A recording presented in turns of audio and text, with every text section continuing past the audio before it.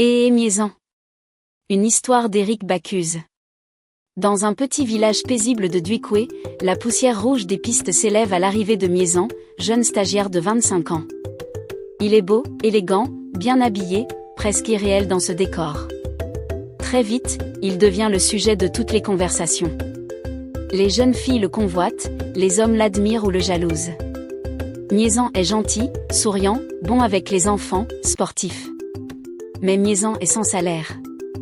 Il vit grâce aux petits envois de ses parents. Juste de quoi survivre. Chaque midi, il mange chez Marie, une jeune restauratrice du village. Elle remarque vite son charme, sa douceur, son silence quand il n'a pas de quoi payer. Elle lui fait crédit, sans rien dire. Puis un jour, elle vient à lui, un plat à la main. « Miezan, j'ai pensé que tu n'avais peut-être rien mangé ce soir. Tu me sauves, Marie. Tu es trop bonne avec moi. » Elle sourit, s'installe.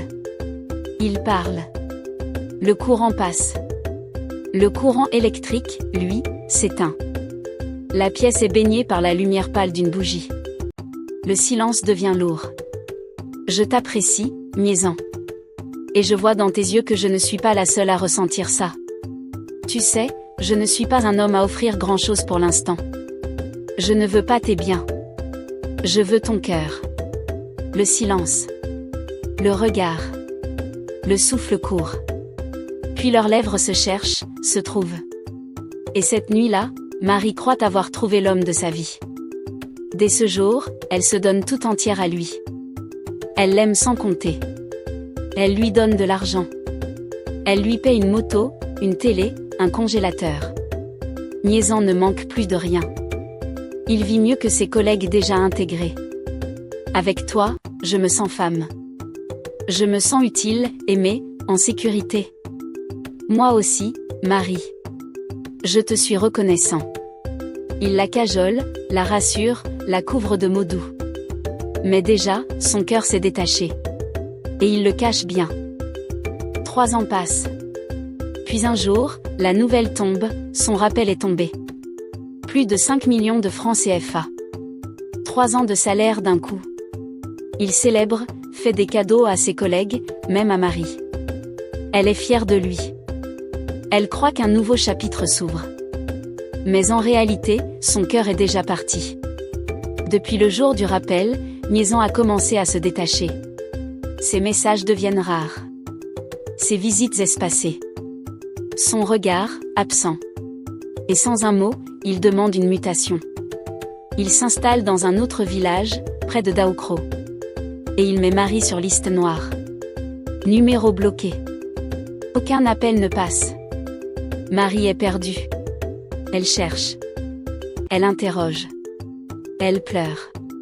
Des mois durant, elle vit avec l'angoisse et l'incompréhension. Jusqu'à ce jour où un ami commun lui souffle un nom. Un lieu. Elle s'y rend, tremblante.